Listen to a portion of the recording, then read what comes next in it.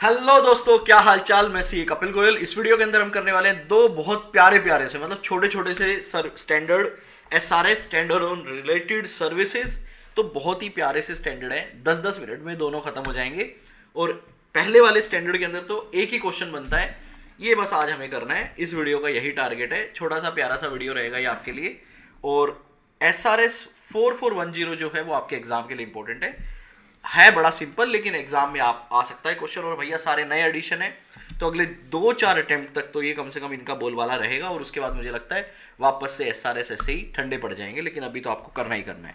तो सबसे पहले एक एसआरएस हम करते हैं, standard on related service full form में अगर आप लिखना चाहें तो ये बोलता है आपको engagement to perform agreed upon procedures regarding financials. पहला वर्ड बस ध्यान रखना है आपने, क्या? Agreed upon procedures. इसका मतलब क्या है? इसका मतलब ये है साहब कि आप चार्टर्ड अकाउंटेंट हैं और कोई भी कंपनी आपको फोन करती है कि सर क्या आप हमारे यहाँ पर आएंगे। आपने कहा जी बिल्कुल आएंगे, बताओ क्या काम है, क्या ऑडिट करना है, क्या टैक्स ऑडिट करना है। क्या हो गया? नहीं नहीं नहीं नहीं भाई साहब, कुछ नहीं करना, आपने सिर्फ हमारे यहाँ पर आना है और आकर आपने हमारे डेटर्स का एग्जिस्टेंस वेरीफाई करना है। आप बोलोगे यार ये काम तो आपका ऑडिटर कर लेगा। फिर आपको मैनेजमेंट बोलती है कि चार्टर्ड अकाउंटेंट साहब ऑडिटर जो करेगा वो अपना ऑडिट करेगा, हमें हमारी कंपनी के लिए भी तो हमें हमारे डेटर्स को देखना है ना कि किसका पैसा कितने टाइम से पेंडिंग है। मैं एक एग्जांपल दे रहा हूं, आप फिक्स एसेट्स के लिए सोच सकते हो, आप फिजिकल वेरिफिकेशन के लिए बोल सकते हो। तो आपको कोई एक प्रोसीजर दे दिया कि आप बस हमारे यहां पर आओ और एक ये काम कर कर चले जाओ, आपकी छुट्टी, और आपसे हमें कुछ नहीं करवाना। मतलब ये कि आप कुछ भी एग्री कर लो हमारे साथ, कोई भी एक काम मैनेजमेंट और चार्टर्ड अकाउंटेंट मिलके एग्री कर सकते हैं और उसके लिए मैं वो काम परफॉर्म कर सकता हूं। तो आप जरा सभी सोचकर बताइएगा, क्या स्टैंडर्ड ऑन रिलेटेड सर्विस के अंदर मैंने कोई एश्योरेंस एंगेजमेंट लिया? नहीं सर। क्या मैंने कोई ओपिनियन दिया? नहीं। क्या मैं कोई कंफर्ट दे रहा हूं किसी चीज के ऊपर कि भैया पब्लिक मेरी रिपोर्ट को यूज करे? नहीं सर। मैं तो कोई भी मैनेजमेंट बोल सकती है कि भैया आप हमारे आओ, आप हमारे डेटर का काम कर दो, इन्वेंट्री का काम कर दो, कोई भी एग्रीड अपन प्रोसीजर करके मैं अपना काम करके जा सकता हूं। और उस दौरान जब मैं वो काम करूंगा तो एसआरएस 4400 को मैं फॉलो कर सकता हूं। तो आपकी दूसरी रिक्वायरमेंट ये आ सकती है कि कपिल सर एक बात बताइए, जब यहाँ पे हम टेक्निकली कुछ ऐसा कर ही नहीं रहे जहां पे कोई रिस्क है, तो फिर ये एसआरएस की रिक्वायरमेंट ही क्या है? SRS just for guidance purpose है कि जब भी आप कोई भी काम करें, ठीक है, जहां पे सिर्फ आप एग्रीड अपॉन प्रोसीजर्स कर रहे हो, तो आप कुछ चीजों को फॉलो कर सकते हैं। रिपोर्ट कैसे बनानी है उसका एक गाइडेंस दिया हुआ है। हालांकि अगर आप बोलो तो प्रैक्टिकली, जैसे अगर आप किसी सीए से पूछोगे जो डेली बेसिस पे एग्रीड अपॉन प्रोसीजर में काम कर रहा है, मैं आपको रियल बता रहा हूं, अगर आप उनसे पूछोगे कि भैया आपने मान लो किसी कंपनी का इन्वेंट्री पे काम किया है, तो आपने कौन सा एसआरएस फॉलो किया, वो आपको नाम भी नहीं बता पाएगा, क्योंकि इन सब चीजों की रियल लाइफ में इतनी खास कोई रिक्वायरमेंट पड़ती नहीं है। चलो सर बहुत हो गई बातचीत, आपको आई होप पर्पस समझ आया हो। तो ये कोई ओपिनियन नहीं है। तो सर क्या यहां पे इंडिपेंडेंट होना जरूरी है इस तरह के काम के लिए? नहीं जी। अगर आप हो तो बहुत अच्छी बात है, अगर आप इंडिपेंडेंट नहीं भी हो तो कोई खास फर्क पड़ेगा नहीं, क्योंकि हम यहाँ पे कोई एश्योरेंस एंगेजमेंट या कोई ओपिनियन नहीं दे रहे हैं। तो यहाँ पे ये था हमारा एसआरएस 4400 खत्म, बस इसमें और कुछ है ही नहीं। कंटेंट तो कुछ भी नहीं है, सिर्फ ऑडिट को अपने को घुमा के लिखना है। अगला जो एसआरएस है एक बार उसका भी जिक्र कर लेता हूं मैं पहले। अगला जो एसआरएस है एसआर 4410, ये आपको काम दिया जा रहा है, आप चार्टर्ड अकाउंटेंट हो, आपको यहाँ पे ऑडिट के लिए, एश्योरेंस के लिए, रिव्यू के लिए नहीं बुलाया जा रहा, आपको बुलाया जा रहा है कि आप हमारे यहाँ आओ और जो फाइनेंशियल रिपोर्टिंग फ्रेमवर्क है आप उसके हिसाब से हमारे फाइनेंशियल्स को कंपाइलेशन में मेरी मदद करो। मतलब आप मैनेजमेंट के साथ उसके फाइनेंशियल बनाने में उसकी मदद कर रहे हो, ना ही रिव्यू कर रहे हो, ना ही एश्योरेंस कर रहे हो, ना ही ऑडिट कर रहे हो, मैं कंपाइल करवा रहा हूं। मतलब जो रिस्पॉन्सिबिलिटी मैनेजमेंट की होती है ना, कंपाइलेशन, मैनेजमेंट एक एक्सपर्ट के रूप में मेरी हेल्प ले रही है। मैं मैनेजमेंट को उसके फाइनेंशियल्स बनाकर दे रहा हूं, फिर कोई दूसरा चार्टर्ड अकाउंटेंट उनका ऑडिट करेगा। तो बनाने में कह रहा है आप एक एसआरएस फॉलो कर लेना, एसआरएस 4410। यहां पे भी सिंपल सिंपल बातें बोली गई है, 2 क्वेश्चन बनते हैं, खास इसके अंदर भी कुछ खास दम है नहीं, ठीक है। तो सबसे पहले हम कर लेते हैं एसआरएस 4400 एग्रीड अपॉन प्रोसीजर्स। तो इसके अंदर सबसे पहले बोला जाता है, ऑब्जेक्टिव देख लेते हैं, मैं रीड पूरा करवाऊंगा जी, ठीक है। आप चाहो तो सेल्फ भी रीड कर सकते हो, 15-15 मिनट में दोनों सेल्फ रीड हो जाएंगे, लेकिन बेटर एक बार वीडियो देख लो, पूरा आइडिया मिल जाएगा आपको। और सारे क्वेश्चन तो करने ही वाले हैं, आईसीआई स्टडी मटेरियल के सारे क्वेश्चन है एट द एंड देखेंगे। देखिएगा objective For auditor to carry out procedure of audit nature to which the auditor and the entity and appropriate third party have agreed and to report on factual finding thereon. आप जो भी factual finding रहेगी उसके हिसाब से आप अपनी report बनाकर दे देंगे. डिफरेंस क्या है जी ऑडिट वर्सेस एग्रीड अपन प्रोसीजर में, क्या डिफरेंस है? तो ये है मेरा आपके लिए क्वेश्चन नंबर 1 जो आपने अपने एग्जाम में कर जाना है.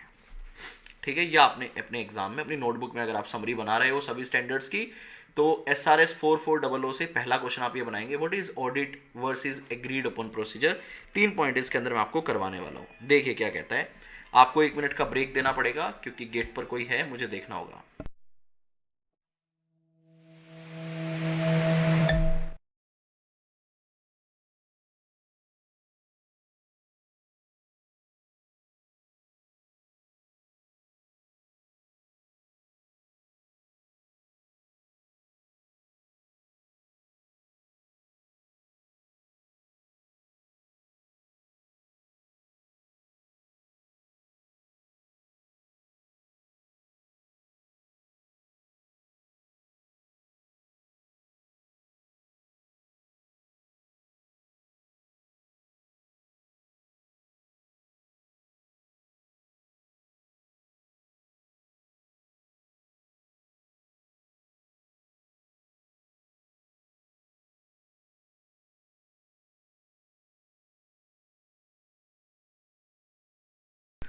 लो जी लो, आई एम बैक. तो देखते हैं एक बार क्या कहता है ये.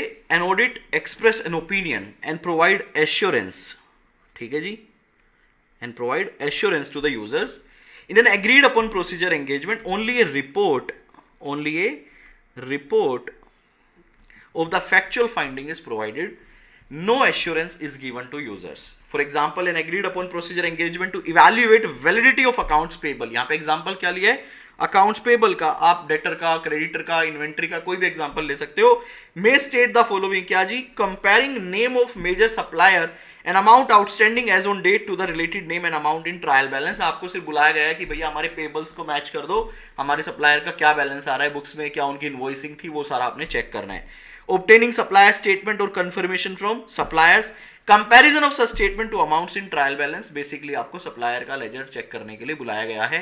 ये एग्रीड अपॉन प्रोसीजर हो सकता है. तो बेसिकली डिफरेंस क्या निकाला आपने? सर वहां पे हम एश्योरेंस देते हैं, यहाँ पे जो हम रिपोर्ट बनाते हैं ये सिर्फ फैक्चुअल फाइंडिंग के बेस पे होती है, किसी भी तरह का कोई एश्योरेंस नहीं होता है. ये आपका क्वेश्चन नंबर 1 था. ये रिपोर्ट किसके लिए हो सकती है? मैनेजमेंट के लिए हो सकता है बैंक आपको सीसी लिमिट वगैरह देता है, आपने पढ़ा होगा, तो उसके लिए आप सिर्फ और सिर्फ अपने स्टॉक के लिए आप एग्रीड अपॉन प्रोसीजर कर रहे हो. Report is generally restricted to those party that have agreed to the procedure to be performed. तो मैंने क्या किया? मैनेजमेंट को दे दिया. हो सकता है मैनेजमेंट अपना इंटरनल परफॉर्मेंस इवैल्यूएशन के लिए या एक CFO अपने दोस्त चार्ज विद गवर्नेंस मैनेजमेंट के लिए बनवा रहा हो. ठीक है जी. Principle of agreed upon procedures, ये जितनी भी हमारी रिक्वायरमेंट है, ethical requirement, this all are mandatory. ये आपको फॉलो ही करना पड़ेगा. मान लीजिए अगर मैं रिलायंस में जाके डेटर का काम कर रहा हूं तो क्या मैं बाहर आकर रिलायंस की इंफॉर्मेशन पब्लिक में फैला सकता हूं? नहीं. तो जो हमारी बेसिक एथिकल रिक्वायरमेंट है ना, वो सारी आपको फॉलो करनी पड़ेगी. उसमें हमारे पास कोई भी ऑप्शन नहीं है कि हम उसे ना फॉलो करें. हाँ, इंडिपेंडेंस आपको फॉलो करना चाहिए, बट अगर नहीं भी है तो चलेगा. इंडिपेंडेंस, बट इफ ऑडिटर नहीं, सॉरी, यहाँ पे हमें वर्ड यूज करना चाहिए. Practitioner is not independent, practitioner should refer in its report.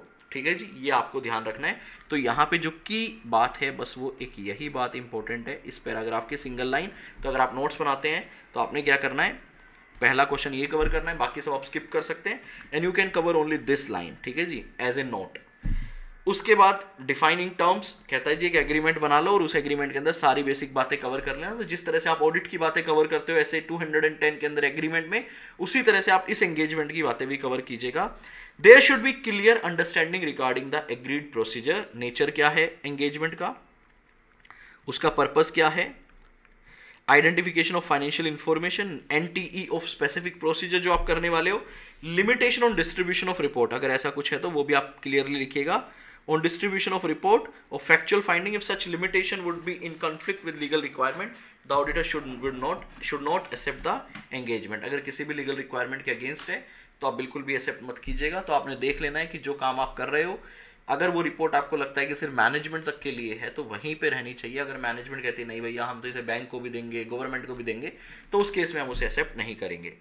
Documentation करना है आपने सारी फैक्चुअल फाइंडिंग का, जो भी आप काम करने जा रहे हो सब अपना फैक्चुअल फाइंडिंग जो भी आपने डेटा लिया उसको आप डॉक्यूमेंट करते हुए अपनी रिपोर्ट बनाएंगे। प्रोसीजर क्या रहेगा जी, auditor should carry out necessary procedures, जो भी आपको काम बुलाया गया है, including computation, comparison, observation, inspection, जो भी आपने ऑडिट एविडेंस में देखा था ना SA 500 के अंदर कि कैसे कैसे आप एविडेंसेस ऑब्टेन करते हो, वो सारे काम आप यहाँ करोगे, बट यहाँ आप मैनेजमेंट के हिसाब से काम कर रहे हो और उन सबको ऑब्टेन करते हुए आप अपनी रिपोर्ट बनाओगे फैक्चुअल फाइंडिंग पे। ये सब काम करने के बाद हम क्या कर देंगे जी, एक रिपोर्टिंग बना देंगे। आपको ऐसा नहीं लग रहा कि ये स्टैंडर्ड दिया ही क्यों है, आया ही क्यों है? तो दूसरा क्वेश्चन देखिए, इस स्टैंडर्ड में कुछ है ही नहीं, तो इसलिए मैं बना रहा हूं आपके लिए रिपोर्टिंग के ऊपर कि जो सेकंड क्वेश्चन आपसे पूछा जा सकता है वो ये कि एग्रीड अपॉन प्रोसीजर में बता दो भैया रिपोर्टिंग के अंदर आप क्या क्या कवर करोगे। तो सर ये सारे पॉइंट याद करने नहीं, आप यहाँ पे लिख सकते हो एनी 4 to 5 पॉइंट्स अपने रेफरेंस के लिए लिख लीजिए, ठीक है। लेकिन 4-5 में ना भैया ये मत कवर करना। कुछ बच्चे कहें जी ठीक है 5 पॉइंट कवर करने, एक काम करते हैं title, address, date of report, place of report, auditor signature, हो गए 5 रिपोर्ट। ऐसा मत करना, एक भी नंबर नहीं मिलेगा। लो जी, तो कोई भी आप मेन बातें यहाँ की आप अपने लिए मार्क कर सकते हैं। एग्रीड अपॉन प्रोसीजर है तो सबसे पहले आप बताना कि ये एक एश्योरेंस नहीं है। देखिएगा एक बार रीड कर लेते हैं। आइडेंटिफिकेशन ऑफ स्पेसिफिक फाइनेंशियल और non financial information to which the agreed upon procedure have been applied. आपने क्लियरली बताना है अपनी रिपोर्ट के अंदर कि आपने किस किस पे काम किया। For example you can mention clearly कि we have worked upon debtor, trade payable, inventory, तो आपने वो सारा क्लियरली बताना है। Statement that procedure perform were those agreed upon with the recipient, जिसको आप रिपोर्ट देने वाले हो ये प्रोसीजर उन्होंने आपने उनके साथ एग्री करके बनाया। दूसरा पॉइंट ये हो गया। Statement that engagement was perform in accordance with this standard and terms of engagement. आप अपना रिपोर्ट में बता सकते हो भैया हमने SRS 4400 को फॉलो करते हुए काम किया है। आपका पर्पस क्या था वो आप मेंशन कीजिएगा। Listing of the specific procedure, अगर आपने कुछ परफॉर्म किया है वो आप दीजिएगा। A description of auditor factual finding, आप अपना डिस्क्रिप्शन दीजिएगा, including sufficient detail of error and exception found, if you found anything आपने उसकी डिटेल देनी है। Statement that procedure perform do not constitute either an audit or a review, ये important point है, ये आप जरूर प्लीज मार्क कीजिएगा। Statement that the procedure perform do not constitute either an audit or a review as such no assurance is expressed, ये point आपने cover करना ही करना है। Statement that auditor perform additional procedure, an audit or a review, others matter might have come to the light that would have been reported. A statement that report is restricted to those parties that have agreed to the procedure to be performed. A statement when applicable, अगर applicable है, that the report relate only to the element specify and it does not extend to the entity financial statement taken as a whole. जितना काम दिए बस उतनी ही report है। तो अब कोई भी 4-5 पॉइंट यहाँ से C से लेकर I तक आप any 4 or 5 points you can learn or you can make a note in your notebook, ठीक है जी। आपने 2 क्वेश्चन करने हैं। 2 क्वेश्चन कौन कौन से कि sir what is audit versus agreed upon procedure, basic difference क्या है, आप एक एग्जांपल कोट कर सकते हैं। दूसरा रिपोर्टिंग के अंदर आप क्या क्या कवर करेंगे एग्रीड अपॉन प्रोसीजर्स की रिपोर्ट में। डायरेक्ट आपके पेपर में 5 नंबर का क्वेश्चन आ जाएगा और कोई कंसेप्ट नहीं है, कोई दिमाग नहीं लगाना, आपने 5 पॉइंट लिख देने हैं, काम खत्म हो जाता है। लो जी अगला भी बहुत सिंपल है, SRS 4400। इसके लिए मैं आपको पहले बेसिक ना 2 मिनट में पूरा स्टैंडर्ड खत्म कर देता हूं। अभी तक आपने देखा कि हम पीछे जब ऑडिट कर रहे थे तो आपने बहुत सारी एथिकल रिक्वायरमेंट देखी। आपने देखा ऐसे 210 के अंदर आपको एग्रीमेंट बनाना पड़ता है जिसके अंदर प्री कंडीशंस होती है, मैनेजमेंट की रिस्पॉन्सिबिलिटी होती है, ऑडिटर की रिस्पॉन्सिबिलिटी होती है। SQC 1 के अंदर जो कि आपके हर तरह के एंगेजमेंट पे लगता है, आपको क्वालिटी वेरीफाई करना होता है। ऐसे 220 में पार्टनर एंगेजमेंट पार्टनर की रिस्पॉन्सिबिलिटी होती है कि ओवरऑल वो क्लाइंट को देखे, रिव्यू को देखे, सुपरविजन को देखे, सारी चीजें को वेरीफाई करे। डॉक्यूमेंटेशन आपने देखा, एविडेंस आपने ऑब्टेन किया, ये सारे काम ऐसे 200 से लेके आखिरी तक मैं करता हूं ऑडिटिंग के लिए। हमारा जो बेसिक ऑब्जेक्टिव वो होता है to obtain audit evidences that should be sufficient and appropriate audit evidence to give an opinion. यहां पर आपने बस आप है ना वो स्टैंडर्ड कोट मत करना, आप अपने मन में वो ऐसे 200 से लेकर आखिरी तक वो सारी बातें ले आओ कि भाई अगर मैं क्लाइंट का कंपाइलेशन कर रहा हूं तो भी मुझे उन सब चीजों को फॉलो करना पड़ेगा जब मैं ऑडिट करता हूं। एक डिफरेंस है, वहां पे फाइनेंशियल मैनेजमेंट ने बना रखे हैं, तो जो रिस्पॉन्सिबिलिटी ऑफ मैनेजमेंट होती है हम उसमें लिखते हैं the financial should be prepared by the management, internal control should be implemented by the management, judgment should be done by the management. ये सारा हम मैनेजमेंट की रिस्पॉन्सिबिलिटी बोल देते हैं, हम उसका ऑडिट करते हैं। यहां पे हम बोल रहे हैं कि हम कंपाइलेशन करेंगे, तो यहां पे मैनेजमेंट की क्या रिस्पॉन्सिबिलिटी बनेगी कि ट्रू एंड फेयर डेटा देना मैनेजमेंट की रिस्पॉन्सिबिलिटी है। फाइनेंशियल में जहां जहां जजमेंट यूज होगी वो जजमेंट लगाना आपकी रिस्पॉन्सिबिलिटी है। डेफिनेटली उन जजमेंट में मैं आपकी हेल्प करूंगा। तो बेसिकली अभी भी मैनेजमेंट की रिस्पॉन्सिबिलिटी क्या है, डेटा देना है। उस डेटा के बेस पे वहां मैं ऑडिट करता था, यहां मैं प्रिपेयर करूंगा, यहां मैं कंपाइल करूंगा financial as per applicable financial reporting framework. तो जहां वर्ड ऑडिट था वहां पे आप कंपाइलेशन कर दो, एफआरएफ वर्ड भी सेम रहेगा, ऑडिटर की जगह प्रैक्टिशनर कर दो, समझ लो बाकी आपका ये पूरा कॉपी पेस्ट है, इसके अंदर कोई भी डिफरेंस नहीं है। थोड़ा जजमेंट लगाना कि वहां मैनेजमेंट डेटा देता था, आप रिव्यू ऑडिट करते थे, यहां मैनेजमेंट डेटा दे रहा है, आप उसके बेस पे प्रिपेयर कर रहे हो। अब मैं आपको करवा देता हूं ये रीड, ठीक है।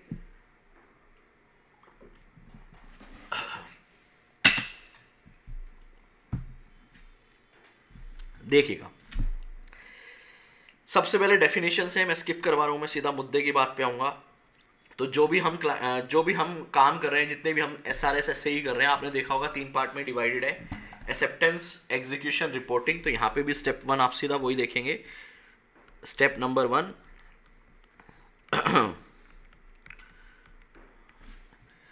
Engagement, acceptance and continuation. Sir ये तो हम 220 में पढ़कर आए थे, क्या सेम पॉइंट मिलेंगे? जरा रीड कर लो, अगर आपको कुछ भी अलग लगे तो बताना।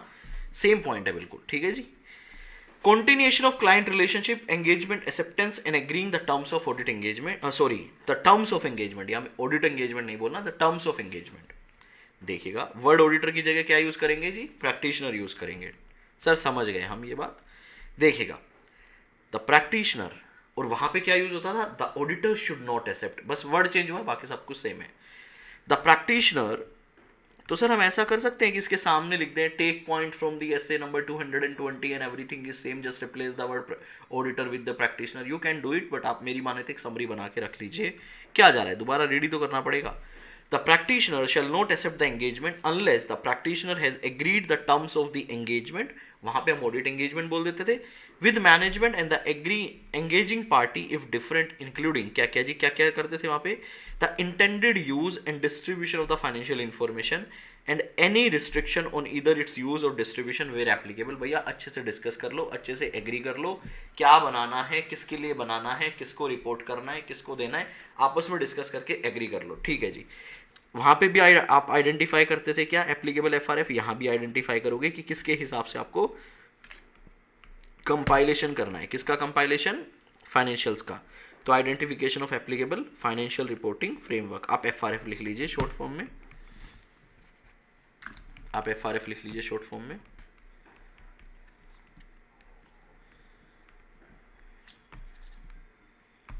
क्यों नहीं काम कर रही है?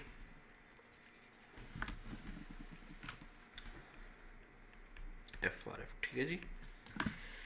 The objective and scope of compilation engagement, sir ये तो बिल्कुल डिट्टो पॉइंट है, बिल्कुल जी। The objective and scope of compilation engagement, उसके बाद the responsibility of practitioner, sir वहां responsibility of auditor word use होता था, मैनेजमेंट होता था, including the requirement to comply with the relevant ethical requirement. तो 4 पॉइंट ये हो गए। अब नीचे आ जाइए, the responsibility of management for the financial information and for the preparation and presentation thereof in accordance with FRF that is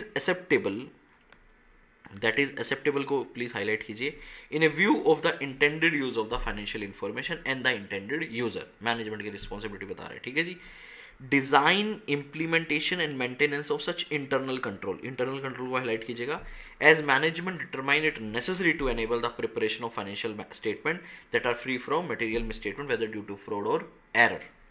The accuracy and completeness, please highlight कीजिएगा word accuracy and completeness of the records, document, explanation and other information provided by management for the compilation, engagement and judgment को highlight कीजिएगा। judgment needed, judgment को please आप सब लोग को highlight कीजिएगा। judgment needed in the preparation and presentation of the financial information including those for which the practitioner may provide assistance in the course of compilation, engagement। ये है management की responsibility, सारे फाइनेंशियल्स को एफआरएफ के हिसाब से बनाना, internal control लगाना, data accurate provide करना और जजमेंट में सपोर्ट करना या जजमेंट हमारे हिसाब से लेना, वो सारी रिस्पॉन्सिबिलिटी मैनेजमेंट की है। उसके बाद क्या कहता है, expected form and content of practitioner report क्या रहेगा, वो भी आप एग्री कर लो, डिस्कस कर लो और एक पेपर पे लिख लो। The practitioner shall record the agreed terms of the engagement in an engagement letter or other suitable form of written agreement prior to performing the engagement. Language भी आप जाके देख लो, ऐसे 200 की ना कॉपी पेस्ट है, इवन वर्ड भी चेंज नहीं है। तो ये था आपका पहला क्वेश्चन एक्सेप्टेंस को लेकर, इंपॉर्टेंट नहीं है, तो सिर्फ आप की पॉइंट अपनी नोटबुक में बनाएंगे, सिंगल पॉइंट कि भाई क्या क्या ध्यान रखना है, मोर देन सफिशिएंट। दूसरा आता है execution, performing the engagement. Step number 2 कि भैया जब आप काम कर रहे हो क्लाइंट प्लेस पे तो आप किन चीजों का ध्यान रखोगे। तो यहां पे भी ना याद है आपको, आप जब ऑडिट करते थे तो सबसे पहले ऐसे 315 फॉलो करते थे, बिजनेस को समझते थे, रिस्क को समझते थे, ऑडिट कर रहे हैं। यहां अब आप बना रहे हो, तो जब मुझे किसी कंपनी के फाइनेंशियल्स कंपाइल करने हैं तो क्या मुझे बिजनेस अंडरस्टैंडिंग लेनी पड़ेगी? Yes sir. तो प्रैक्टिशनर क्या करेगा, अंडरस्टैंडिंग लेगा, उसके बाद एफआरएफ के हिसाब से इंफॉर्मेशन लेके उनको कंपाइल करना स्टार्ट करेगा। यहां मैं एक बात लिख रहा हूं आपके लिए कि ये याद करना है, ये क्वेश्चन आपको याद करना है, ठीक है जी। इंपॉर्टेंट मार्क कर रहा हूं इसको, बस एक ही क्वेश्चन मार्क किया है मैंने इंपॉर्टेंट, दोनों ही एसआरएस से, ये लर्न करना है जी, ठीक है। लो जी, द प्रैक्टिशनर अंडरस्टैंडिंग लेगा जी, किसकी देखेगा, the practitioner shall obtain an understanding of the following matter sufficient to be able to perform compilation engagement. किस चीज की understanding, the entity business and operation including the entity accounting system and accounting records, the applicable financial reporting framework including its application in the entity industry. आप चाहें तो summary form में summary बनाकर रख लीजिएगा। फिर उसके बाद कहता है कंपाइल करेंगे, अंडरस्टैंडिंग के बाद compiling the financial information. Keyword मैंने ऑलरेडी हाईलाइट कर रहे हैं, आप कर रखे हैं, आप स्क्रीन पे देख सकते हैं। The practitioner shall compile the financial information using the records, documents, explanation and other information including significant judgment provided by management, ठीक है जी। दूसरा, the practitioner shall discuss with management or those charge with governance as appropriate, same audit वाला ही है, those significant judgment for which the practitioner has provided assistance in the course of compiling the financial information. Prior to completion the engagement, the practitioner shall read the compiled financial information in light of the practitioner understanding of the entity business and operation and of the applicable financial reporting framework. आप चाहे तो जो मैंने word highlight कर रखे हैं आप वो अपनी समरी में लेके जा सकते हैं, ठीक है जी। 3 बेसिक पॉइंट हो गए, कंपाइल करेंगे सारी इंफॉर्मेशन के बेस पे, सिग्निफिकेंट जजमेंट को डिस्कस करेंगे और फाइनेंशियल्स को रीड आउट करेंगे, डिस्कस करेंगे सबसे। Fourth point, fifth point, sixth point पे केस स्टडी बन सकती है। Case study based question can come into exam, please mention कर लीजिए, केस स्टडी आपकी यहां से आ सकती है। देखिएगा, in the course of the compilation engagement the practitioner become aware that the records, document, explanation or other information including significant judgment provided by management for the compilation engagement are incomplete। ऐसा हो सकता है ना, देखो management की responsibility क्या थी कि सारा डेटा आपको फैक्चुअल बेस पे करेक्ट देना, ट्रू एंड फेयर देना, लेकिन मान लो वो आपको इनकम्प्लीट डेटा दे रहे हैं, इनएक्यूरेट डेटा दे रहे हैं और otherwise you are unsatisfied. The practitioner ऐसे केस में क्या करोगे, bring that to the attention of management or those charge with governance and request the additional or corrected information. Sir अगर ना दे तो छोड़कर चले जाओ। If the practitioner is unable, इसी के कंटिन्यू में, to complete the engagement because the management has failed to provide records, document, explanation or other information including significant judgement as requested, the practitioner shall withdraw from the engagement and inform management and those charge with governance of the reason of withdrawal, ठीक है जी। If the practitioner become aware during the course of the audit, पहले था कि हमें मिल ही नहीं रहा, अब कह रहे during the course of the audit you are aware, क्या जी किस चीज से अवेयर हुए हैं, क्या that number 1 the compiled financial information does not adequately refer to or describe the applicable financial reporting framework। भी जो मुझे पता चल रहा है कि जो फाइनेंशियल नहीं एफआरएफ के हिसाब से बन ही नहीं रहे हैं। Amendment to the compiled financial information are required for the financial information not to be materially misstated। आप कंक्लूड करते हो कि इसके अंदर अमेंडमेंट्स होनी ही चाहिए। The compiled financial information is otherwise misleading the practitioner, तो क्या करोगे आप, जाके प्रपोज करेंगे changes, shall propose the appropriate amendments to the management। तो 3 ये क्वेश्चन हो गए एक तरह से कि अगर ऐसा होता है तो क्या करोगे आप, मैनेजमेंट को जाके हम सजेस्ट करेंगे, या तो मैनेजमेंट ठीक कर देगा, बहुत अच्छी बात है, नहीं करेगा तो वापस से ये वाली बात आ जाएगी। If management decline or does not permit the practitioner to make the proposed amendment to the compiled financial information, the practitioner shall withdraw from the engagement and inform management and those charged with governance of the reason of withdrawal. तो क्या कर दूं मैं, point number 5 and 7 are same, बस थोड़ा सा mindset अलग है. यहाँ पे हमें ड्यूरिंग ऑडिट पता चल रहा है, वहां पे इनिशियली वो हमें डेटा नहीं दे रहा. तो यहाँ लिख लीजिए आप पॉइंट नंबर 5 and 7 सेम है जी, तो रट्टाफिकेशन मत करना. If withdrawal from the engagement is not possible, the practitioner shall determine the professional and legal responsibility. Sir ये तो वही है जो ऑडिटर फ्रॉड वाले, मैंने कहा ना as it is copy paste है. Applicable in the circumstance. The practitioner shall obtain an acknowledgement from management or those charged with governance as appropriate that they have taken responsibility for final version of the compiled financial information. क्योंकि ultimately sign तो उन्होंने ही करना है, उन्हीं की responsibility है. तो इस पे ना आपको जो याद करना है वो पॉइंट भी बता देता हूँ मैं आपको. ये ऊपर वाले तो आप समरी में याद कर लेना बेसिक. ये 2 पैराग्राफ आप याद करके जाना, 4 और 5. लर्न पैरा, ऊपर वाले तो कर ही लेना, नीचे वाले भी 4 और 5 को थोड़ा अच्छे से कर लेना. लैंग्वेज नहीं रटनी है, अपने हिसाब से लिख सकते हो, बेसिक लैंग्वेज में लिख सकते हो, बट 4 और 5 2 पैरा बनेगा. यदि एग्जाम में कुछ इस तरह का क्वेश्चन आता है कि भैया आप कंपाइलेशन के लिए गए थे and at the end of the audit, at the end of the compilation bar bar audit निकलता है, यू आइडेंटिफाइड और management did not provide you, do not provide you the documents, तो आप क्या करोगे. तो आपने ये 2 पैरा आपके आंसर में जाएंगे, ये आपने याद रखना है. ठीक है, वैसे हालांकि क्वेश्चन बैंक में दिया हुआ है क्वेश्चन. ये बेसिक फिर जैसे हमारे स्टैंडर्ड में होता है कि भैया आपने सब कुछ किसके साथ कम्युनिकेट करना है, दोस्त चार्ज विद गवर्नेंस के साथ, और उसके बाद एक रिपोर्ट बना के काम को खत्म कर देना है.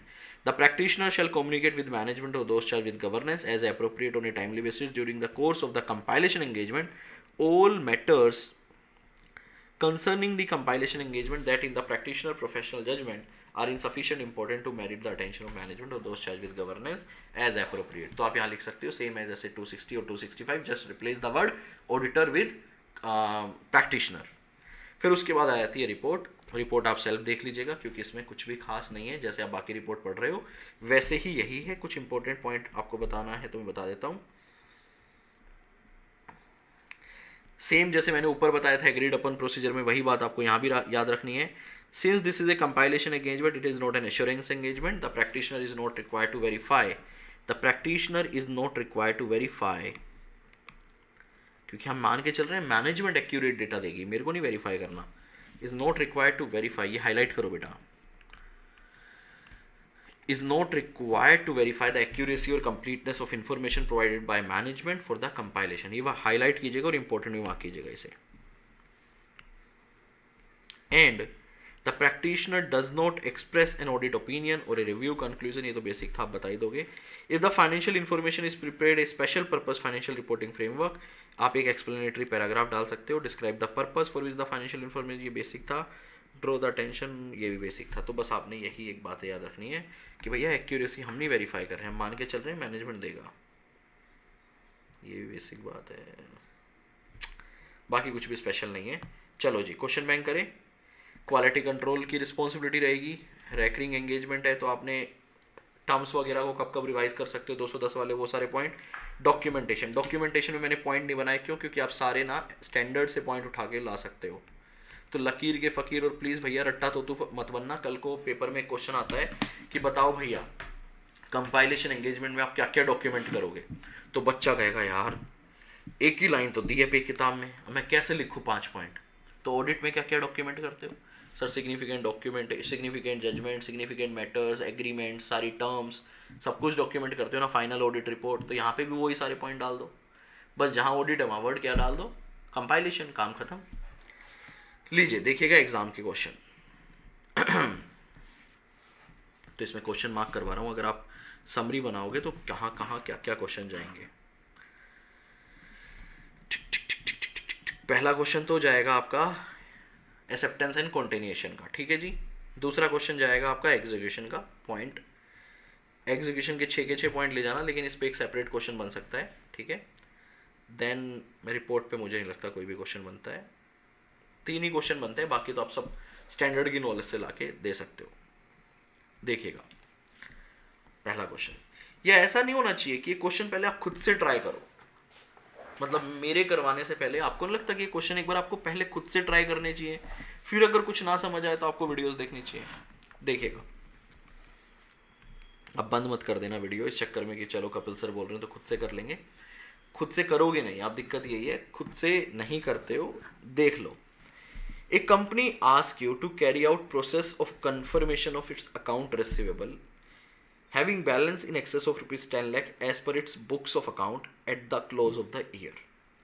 The work to be performed only involving preparation and sending confirmation request to such party. सिर्फ इतना ही काम है, confirmation बना के देनी है। Analysis of variation on receipt of confirmation and submission of a report in accordance with professional standard. What points have to be kept in mind for inclusion in report, especially for such engagement? Report में क्या क्या लेकर जाओगे इस engagement में बताओ। देखो अभी आपने एग्रीड अपन प्रोसीजर पढ़ा है तो आपको पता है भाई एक ही क्वेश्चन बनता था वो आ गया, लेकिन सोचो अगर किसी बच्चे ने ये स्टैंडर्ड नहीं पढ़ा और पेपर में अगर ये क्वेश्चन आ जाए, वो कभी जिंदगी में नहीं बता पाएगा कि SRS 4400 से क्वेश्चन आया है, एग्रीड अपन प्रोसीजर का क्वेश्चन आया है और इसमें रिपोर्ट के कोई 4-5 पॉइंट डालने हैं। तो आपने करना तो 100% पड़ेगा, तभी आप पेपर अटेम्प्ट कर पाएंगे। लो जी ठीक है, मैं पॉइंट नहीं रीड कर रहा हूँ। दूसरा देखिएगा, during the course of performing a compilation engagement, साफ साफ बोल रहे हैं compilation engagement in accordance with SRS 4410, ठीक है, नंबर भी बता रहे हैं। It become known to you that the client has suffered a theft loss of rupees 100 lakhs of its inventory over a period of time at a storage location visited infrequently. भैया 1 करोड़ का loss हो गया। A claim was lodged by the client with the insurance company which was reputed due to certain technical reason relating to coverage of the policy. ठीक है जी। The client has not preferred a complaint or an appeal against said repudiation. उसने कोई appeal नहीं की, कोई case file नहीं किया। The amount is reflected under the head current asset. Still वो 1 करोड़ रुपए current asset आ रहे हैं, trial balance of the client. Discuss how you should proceed to deal with the matter. देखो दो चीजें इसने आपको साफ साफ बताई, आंसर मत देखना प्लीज अभी। दो चीजें इसने आपको साफ साफ बताई क्वेश्चन के अंदर कि नंबर 1 वो कंपाइलेशन एंगेजमेंट है, उसने आपको नाम भी दे दिया कि भैया ठीक है अगर आपको नाम याद ना आए तो। तीसरा फिर अब दो उसने चीजें बता दी कि भैया कंपाइलेशन एंगेजमेंट है, फिर उसने सिचुएशन बता दी कि 100 लाख का आपका ऑलरेडी लॉस हो चुका है, ठीक है जी। तो इसका मतलब ये बुक्स में नहीं आएगा, जो कि आपकी करंट कहां गया, जो कि आपके करंट एसेट में आ रहा है, तो एज पर FRF जो होना चाहिए वो नहीं है। Discuss how you should proceed to deal with this matter as an practitioner, आप क्या करेंगे। तो ये वही 2 पैराग्राफ है जिसकी मैं बात कर रहा था, हालांकि यहाँ पे सही से नहीं लिखे, आपको 2 पैराग्राफ बनाते हुए स्टैंडर्ड का नाम कोट करते हुए लिखना है। मैं एक बार रीड कर दूं, बिल्कुल कर दीजिए sir. In the instant case, पहले आप ऐसे नहीं लिखेंगे आंसर, या ICI का आंसर ICI स्टडी मटेरियल का है, आपने ऐसे नहीं लिखना है। आपने सबसे पहले स्टैंडर्ड को कोट करना है, ये पैराग्राफ नीचे लिखना है, फिर क्वेश्चन को कॉपी पेस्ट करना है जैसे मैंने स्टैंडर्ड में सिखाया था, और फिर आखिरी में अपना कंक्लूजन फ्रेम करना है, ठीक है। In the instant case amount of rupees 100 lakh is reflected under the head current asset. In trial balance, since client's claim has been repudiated and no appeal has been preferred, it is a loss for the client and should be dealt accordingly. तो ये हमें आखिरी में लिखना है। Therefore, amendments are required for the financial information not to be materially misstated. अब ये बात करेगा स्टैंडर्ड की। If the practitioner become aware during the course of the engagement that amendment to the compiled financial information are required for the financial information not to be materially misstated, or the compiled financial information is otherwise misleading, the practitioner shall propose the appropriate amendment to management. ठीक है जी, अब आपने अगले para में start करना है। If management decline or does not permit the practitioner to make the proposed amendment to the compiled financial information, the practitioner shall, ये आप बुलेट पॉइंट में लिख सकते हो, shall withdraw from the engagement, inform management and those charged with governance or the reason for withdrawing. If withdrawal from the engagement is not possible, the practitioner shall determine the professional and legal responsibility applicable in the circumstance. तो paragraph number 4 और 5 आप करके जा सकते हैं, वो इसमें आप डाल सकते हैं। अब आता है केस बेस MCQ। ये मैं आपको बोलूं कि आप सेल्फ ट्राई करें या आप सेल्फ ट्राई करो, ठीक है जी, ठीक है, ये सेल्फ ट्राई करो। मैं तो सारे YouTube पे करवाई दूंगा चैप्टर वाइज, लेकिन आप एक बार सेल्फ ट्राई करो, क्योंकि एग्जाम में आपको खुद से करना पड़ेगा, वहां मैं रीड नहीं करूंगा आपके लिए, और मुझे लगता है ये आपको खुद से एक बार रीड करके अटेम्प्ट करने की कोशिश करनी चाहिए, ठीक है। लो जी, number 1 question, list out few intended purpose of compilation engagement. Compilation engagement का पर्पस क्या क्या हो सकता है? तो 3 पर्पस इस आंसर में दिए हैं। फॉर मैनेजमेंट और दोस्त charge with governance prepared on a basis of appropriate for their particular purpose, for periodical financial reporting undertaken for external party such as contract और अदर फॉर्म ऑफ एग्रीमेंट, उनके लिए बना सकते हो। फॉर ट्रांजेक्शनल पर्पस बना सकते हो, for example support a transaction involving changes to the entity ownership और फाइनेंशियल स्ट्रक्चर। ये आपकी बुक में कवर्ड नहीं है, पर्पस ऑफ फाइनेंशियल एंगेजमेंट, ठीक है, ये क्वेश्चन बैंक में है। तो अगर कोई स्टूडेंट है जिसको लगता है कि भाई मैं बार बार क्वेश्चन बैंक नहीं रीड करूंगा, तो व्हाट यू कैन डू, आप जो अपने नोट्स बना रहे हो वहीं पे ही जब आप कंपाइलेशन एंगेजमेंट स्टार्ट करेंगे तो पहला ही क्वेश्चन आप स्टार्ट कर सकते हो, पर्पस ऑफ कंपाइलेशन एंगेजमेंट। और अगर कोई ऐसा स्टूडेंट है जो नोट्स भी नहीं बना रहा है, उसे लगता है यार बुक में ही मैंने क्वेश्चन मार्क कर लिए, बाकी मैं वहीं पे स्किप करता हुआ आगे बढ़ूंगा एग्जाम में, तो आप बुक में ही कहीं पे भी purpose of compilation engagement mark करके लिख लीजिएगा। ओके, चलो जी। A chartered accountant is offered appointment for a compilation engagement to be performed under SRS 4410.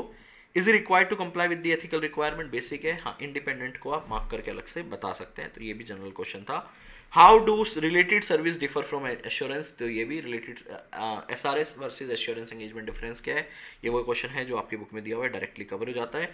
Discuss main documentation requirement to be taken by the practitioner while performing a compilation engagement. Documentation में आप क्या क्या cover करोगे, जिसका मैंने example आपको discuss के time पे लिया था। सिग्निफिकेंट मैटर्स, ठीक है, कंपाइल्ड फाइनेंशियल इन्फॉर्मेशन की सारी information, final version of compiled financial information, आप चाहें तो इसके अलावा भी बहुत सारे एग्जांपल कोट कर सकते हैं। मैं आपको एक राय दे सकता हूँ, ये 3 पॉइंट जो हैं ये आप अपनी बुक में जाके जो डॉक्यूमेंटेशन वाला कॉलम है, आखिरी कॉलम है SRS 4410 का, वहाँ ही जाके आप एग्जाम्पल अपडेट कर लीजिए ताकि आपको क्वेश्चन बैंक पे दोबारा ना आना पड़े। ठीक है सर, आखिरी क्वेश्चन देखिएगा। CAP has been appointed to compile the financial information of X Limited. CAP is confused whether he should apply the same procedure which are required to be applied to conduct an audit, or there are some other procedure to discharge the duties under such an engagement. Define the characteristics of compilation engagement. What should be the approach of CAP for performing the engagement? For performing the engagement, what should be the approach? मतलब आपने execution वाले point यहाँ पे डालने हैं जो आप compilation engagement के अंदर पढ़ते हो, तो सारे एग्जीक्यूशन के पॉइंट आ जाएंगे। आप इस क्वेश्चन को रिमूव कर सकते हो क्योंकि ये सेम आपका बुक का ही पूरा कंसेप्ट यहाँ पे पेस्ट कर दिया गया है। चलो जी, ये था आपके 2 प्यारे प्यारे छोटे छोटे स्टैंडर्ड, SRS 4400, SRS 4410। एक बात मेरी ध्यान रखिएगा, इस छोटे से वीडियो में आपको मैं बताना चाहूँगा, हल्के में मत लीजिएगा। आपको लग रहा होगा यार कुछ है ही नहीं, मतलब छोड़ के चले जाओ, हल्के में मत लीजिएगा। टोटल 3 क्वेश्चन बनते हैं दोनों SRS से। O के अंदर तो एक रिपोर्टिंग का क्वेश्चन बनता है, एक बनता है आपका review related service versus assurance.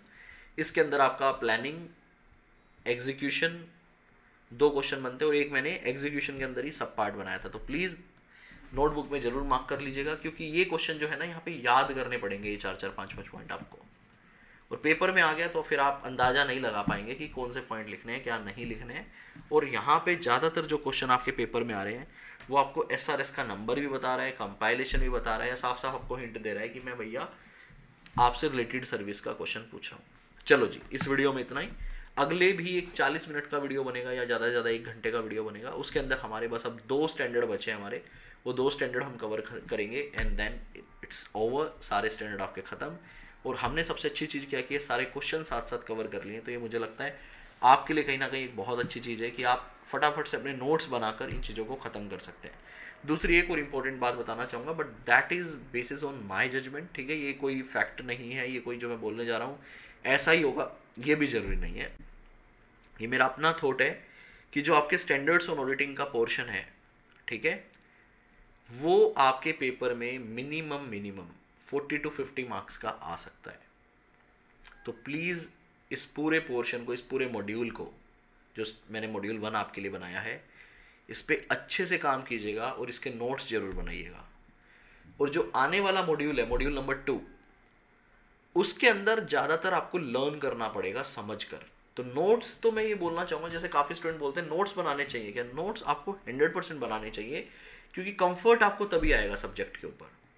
Subject सब समझ भी आ रहा होगा आपको, लेकिन आप खुद सोचो, 1 हफ्ते बाद अगर आपसे पूछूं मैं कि बेटा एक जरा बात बताओ, वो रिपोर्टिंग के अंदर 5 पॉइंट थे, जरा कौन से थे जरा बताओ, आप नहीं बता पाओगे, क्योंकि ये चीज़ें इतनी प्लेन है कि आपके माइंड से स्किप होती हुई चली जाएंगी। लेकिन अगर आपने छोटे छोटे नोट्स बना रखे हैं ना कहीं पे, और आप मान लो डायरेक्ट टेक्स्ट पढ़ रहे हो या आप एफआर पढ़ रहे हो, आप एएफएम पढ़ रहे हो, आपने 10 मिनट में 2 स्टैंडर्ड का रिवीजन कर लिया। लेट्स से आप 2 स्टैंडर्ड की डेली की रिवीजन की एक हैबिट बना लो अपनी लाइफ में कि भाई मैं ऑडिट में आगे आगे बढ़ता जा रहा हूँ, लेकिन मेरा पीछे का ना साफ होता जा रहा है, तो मैं इसको रिटेन कैसे करूँ, मेंटेन कैसे करूँ। तो आपने स्किल से आपने अपनी एक हैबिट बना ली कि मैं एक काम करता हूँ डेली की ना 10 minutes, only 10 minutes I will devote to audit.